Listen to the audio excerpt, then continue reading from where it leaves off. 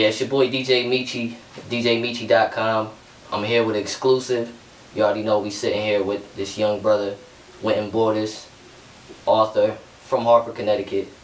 You know, what's going on, man? How you been? What's going on, man? I'm just happy to be here. Just blessed with the opportunity. But like you said, my name is Wynton. Finally a published author, a poet, just overall, all-around artist. Dope.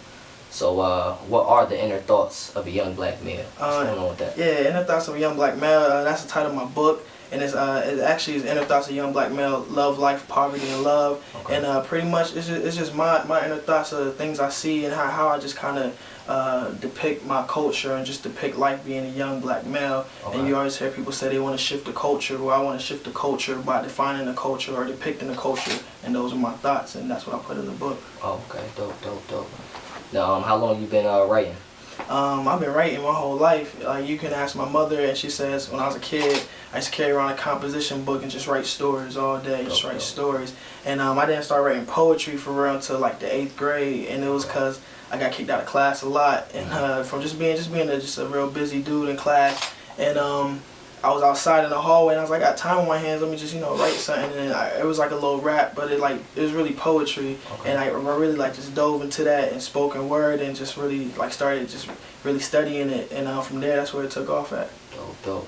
Is there any authors or poets that you look up to or that you get your inspiration from? Yeah, definitely. I think I get my inspiration from a lot of different writers, just for different reasons. Like from Maya Angelou, not because I'm a big fan of her work, not that I'm not, but just for the things that she did as a woman and a black poet and things she went through. Of course, like all the great writers in the Harlem Renaissance movement, Langston Hughes and Conte Cullen and everything like that. And then one of my biggest influences is a dude from actually from Connecticut as well, Brandon M. Graham. Okay. And I'm a big fan of him. And but just I think poetry is one of those things where you just have to kind of be inspired by everybody, because everybody's work is so important to that just feel the poetry, Definitely. And another great poet, Khalil Gibran. That's one of my big influences too. Okay. So you still in Connecticut now, or where you out of now? No, I'm not in Connecticut anymore. I'm actually going to college in Atlanta, Morehouse College. Okay. And so I'm back and forth for the holidays and the summer and everything. I always make sure I come back to Connecticut, Hartford, because I feel like I need to come back. I always need to keep coming back. But yeah, that's why I'm in Atlanta right now. I'm doing this whole school thing. Okay.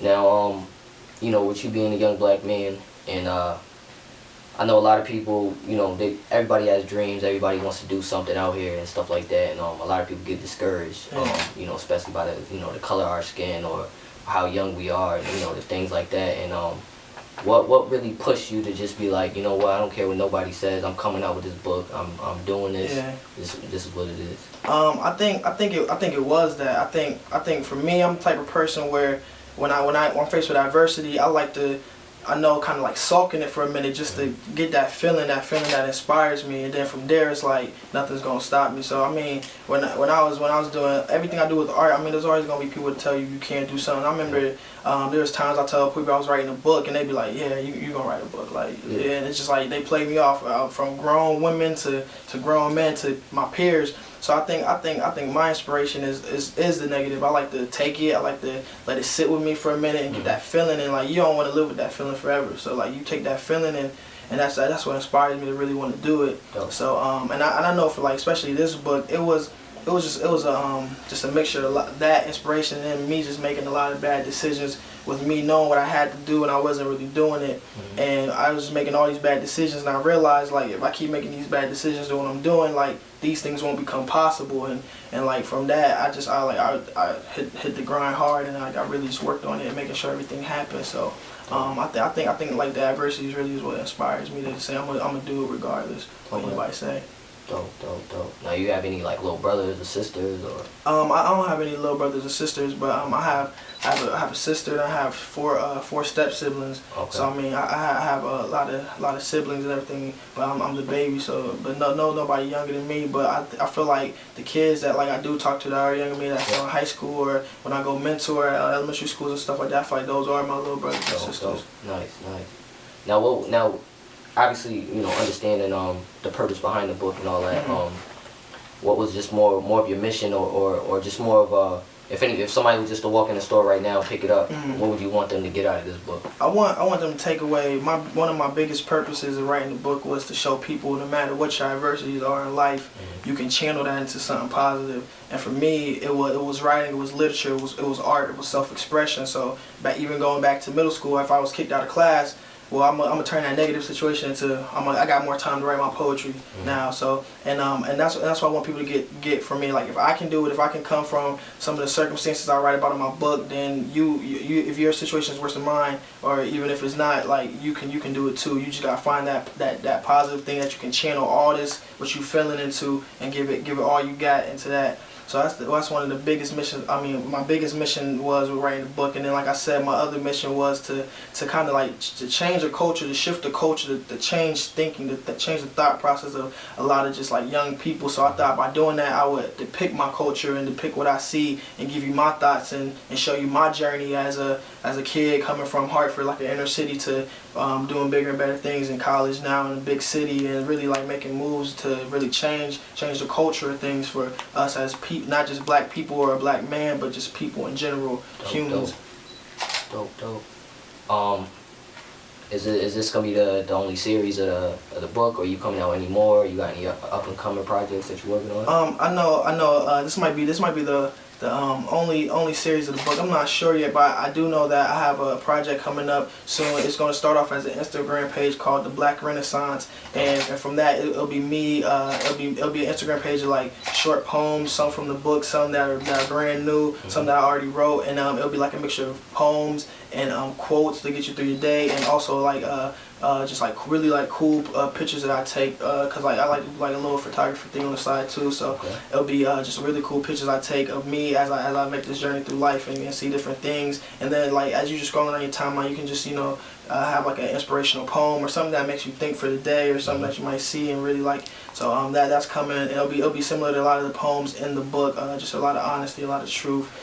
So that's one of the projects coming up, the Instagram page, and from the Instagram page it'll become a website too, the Black Renaissance, where you can go on and check out the poetry, the photography, what's going on with the book, the music, everything that I'm doing. So that look out for that really soon. Dope. And you said with the music, you do music, or yeah. More like spoken word, or I do music. I've been in music my whole life. From a kid, I played the string bass, the trombone, the fiddle, the piano, the drums. And then when I got to after I kind of figured out I had this love for poetry and spoken word, I got into the music, and like I was really heavy into the music. Then I kind of really fell back to do the book. And but yeah, I do music still. And I feel like now at this point, like I'm not making music for anybody, but to make music because I love doing it. And it's like I know there's people that still want to hear my music, so it's and it's funny because it has like a really different sound from where I'm from. Because you think if you're from Hartford, the inner city or the city, you gotta make like a rough sounding music, but it's really just a really cool, laid back, smooth type of music that I like anything I do with the music or the poetry. I like to think of it as me eliminating the middleman. And when I say that, I seen like in a movie once when the girl's like, my name's Fat Jenny, and she's like, why you call me Fat Jenny? So you can't say behind my back. So I feel like I give you everything. I give you just the truth, honest, how I feel in my work, so that you can't ever say this about me or say that this came up about me. Like you got everything you want to know about me in the music. You got it all in my poetry. So there's nothing you can say about me. So that's what I like to do with the music, and just keep it really like smooth, really just cool and chill type music. Nothing like too hard on the ears. Dope. Now, as far as for the kids and stuff like that are looking up to you, and they see you coming out with books and you doing all these YouTube things, Instagram things, and all that. Like, what's some advice for them as far as to get it started? Because I know a lot of kids personally that I know that definitely have they're good thinkers, they're good writers and stuff like that, but they they might be scared because they don't want their friends to say something, or they don't want they don't want to get picked on and stuff like that. Like how can you push them to just go and just follow their dreams? Like, what kind of advice would you give them? I have to say, like, there was never a famous person or anybody that did anything great that didn't face any type of criticism. Definitely. So you have to know that if you're good at writing, and you're good at writing, there can't be anybody to tell you that you're not good at writing. Because I mean, I'm sure that even people like there's probably somebody that told Barack Obama he could not be president, and he was president. So anything you do, you're gonna face criticism. So it's about just swallowing that criticism and getting past that. Because eventually you're gonna those critics gonna become your fans. They're gonna become the people that want to see good things from you. So I would just tell them to just know that nobody great ever didn't face criticism. That's one thing. And then the other thing is you got to create your own opportunities. Somebody once told me that like nobody's gonna give you anything. You got to create your own opportunities. If like for me, if I wanted to put out a book, I had to get online, figure out how do you write a book, how do you do this, how do you publish a book, this, that, and third. So it was really just me kind of driving myself and saying that I got to create my own opportunity. They're not gonna give it to me. Yeah. So I would say just create your own opportunities. Just remember that nobody ever did anything without criticism. So just keep those two things in mind and just know that you got what it takes, or you're good enough, or you like what you do, then you just keep doing it. Dope. Now, where can they find the book at? Yeah, you can find the book on Amazon.com, BarnesandNoble.com. You can either type in my name, Wynton Borders, or you can type in Inner Thoughts of a Young Black Male. You can look me up on Facebook or Twitter or even Instagram at I am Wynton, WYNTON, and I have the link to everything blasted all the time, so you can definitely just get on and get the book from there. Dope. Now, what's this scholarship I was reading about? Yeah, I know, like, as I keep going on education and everything that I'm doing in life, I'm realizing that that people, we have a social responsibility, to give back. Like, I feel like in my life, my purpose in life is to make sure the generation behind me is better than this generation. So I just want to give kids the same opportunities that I was given. So I'm a Hartford kid. I went to Capital Prep for 2 years. That's where I graduated from, and they awarded me with scholarships and opportunities to meet people, to get more scholarship money and book awards. And I just know that I want to give kids that same opportunity so that they can go on and be successful in college like I am. So I'm gonna take a substantial amount of the proceeds from the book and turn it into a scholarship fund so that they can apply for it, and hopefully they're chosen, and they can have a little token of something to go to college with, and get books or whatever they need to do to be successful. So and I just feel like that's part of my social responsibility as an educated black person, as just me moving up in the social ladder of the world, to make sure the generation behind me is set so that they can be better and just take over this world and do it. Yeah, man. Any last thoughts as far as anything you got coming up or anything like that? Just be on the lookout for the Black Renaissance Instagram page and the website coming really soon.